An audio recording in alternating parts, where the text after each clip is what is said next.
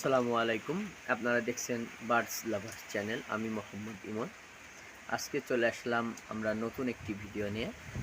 আমাদের আজকের video topic হচ্ছে অতিরিক্ত বৃষ্টির দিনে আপনারা পাখিকে কিভাবে যত্ন নেবেন, বা বৃষ্টির দিন পাখিকে আপনারা কিভাবে রাখবেন, এটা নিয়েই।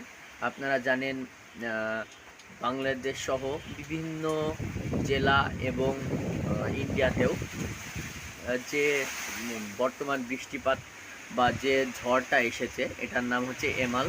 এটার কারণে প্রচুর পরিমাণে বৃষ্টিপাত হইতেছে এবং প্রচুর পরিমাণে আবহাওয়া খুবই খারাপ, পানির পরিমাণও বেশি এবং প্রচুর পরিমাণে ঝড়, বন্যা সহ অনেক এলাকায় প্লাবিত হয়ে গেছে। আল্লাহ আমাদের রক্ষা করেন, সবাই দোয়া করবেন।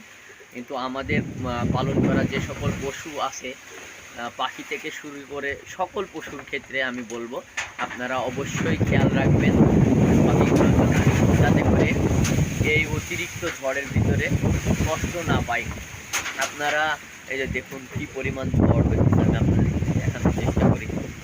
আমার ছাদে এই যে ফুল গাছগুলো পড়ে গেছে, প্রচুর পরিমাণে বৃষ্টিপাত এবং ঝড়ো বাতাস হইতেছে। কিন্তু আপনারা আপনাদের পোষা প্রাণীগুলো অবশ্যই খেয়াল রাখবেন, যাতে করে তারা ভালো এবং শুকনো জায়গাতে থাকে, এবং অবশ্যই খেয়াল রাখবেন তারা যেন পরিমাণ মতো খাবার পায়। কিন্তু একটা অ্যাডভাইস আজকে আমার থাকবে, সেটা হচ্ছে আপনারা পাখিকে আজকের দিনে কোনো পরিমাণ কাঁচা সবজি খাবার খেতে দিবেন না। কাঁচা যে সকল খাবার আছে ওগুলো দিবেন না, গোসল করার পানি দিবেন না, এবং খেয়াল রাখবেন অবশ্যই বৃষ্টির পানি ডাইরেক্ট যেন খাঁচায় কোনোভাবে না লাগে, আপনার পাখি যাতে কোনোভাবে না ভিজে যায়। তাতে করে আপনার পাখিগুলো সুস্থ থাকবে এবং সবল থাকবে। হঠাৎ করে এই বৃষ্টির কারণে আমি এই খাঁচা থেকে পাখিগুলোকে আমি এই খাঁচার ভিতরে শিফট করে দিছি, যদিও আমরা বলেছিলাম যে আমরা এখানে কোনো নতুন একটা পাখি রাখবো। ইনশাল্লাহ আমরা পরবর্তীতে নতুন কোনো পাখি এই খাঁচাতে রাখবো। আপাতত আমাদের পাখি যাতে সুন্দরভাবে থাকতে পারে তার জন্য আমরা এখানে রাখছি। আর আপনারা জানেন আমাদের এই সেট আপটা হচ্ছে আবার পাখির ওইদিকেও আমাদের একটি সেট আপ আছে, সেখানে ডায়মন্ড ডাব থাকে। আমি ঘিরে দিছি যাতে ডাইরেক্ট বৃষ্টি যাতে সেখানে প্রবেশ না করে।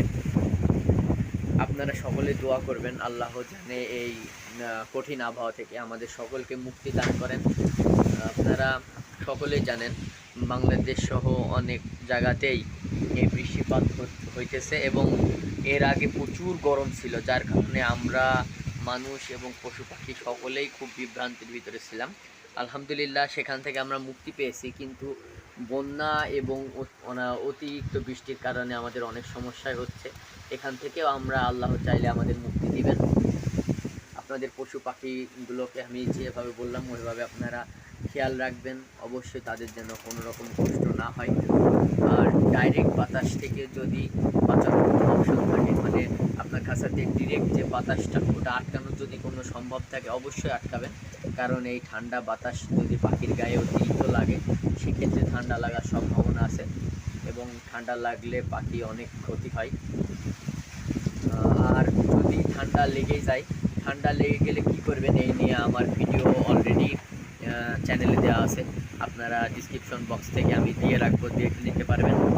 আমাদের ভিডিও যদি ভালো লেগে থাকে অবশ্যই চ্যানেলটি সাবস্ক্রাইব করে পাশে থাকা বেল আইকনটি বাজিয়ে দিবেন, যাতে করে আপনাদের কাছে সুন্দর সুন্দর ভিডিওগুলো চলে যায় এবং আপনারা উপকৃত হতে পারেন। আসসালামু আলাইকুম, ভালো থাকবেন, সুস্থ থাকবেন। আমাদের ভিডিও এই পর্যন্তই, অবশ্যই নিজের খেয়াল রাখবেন।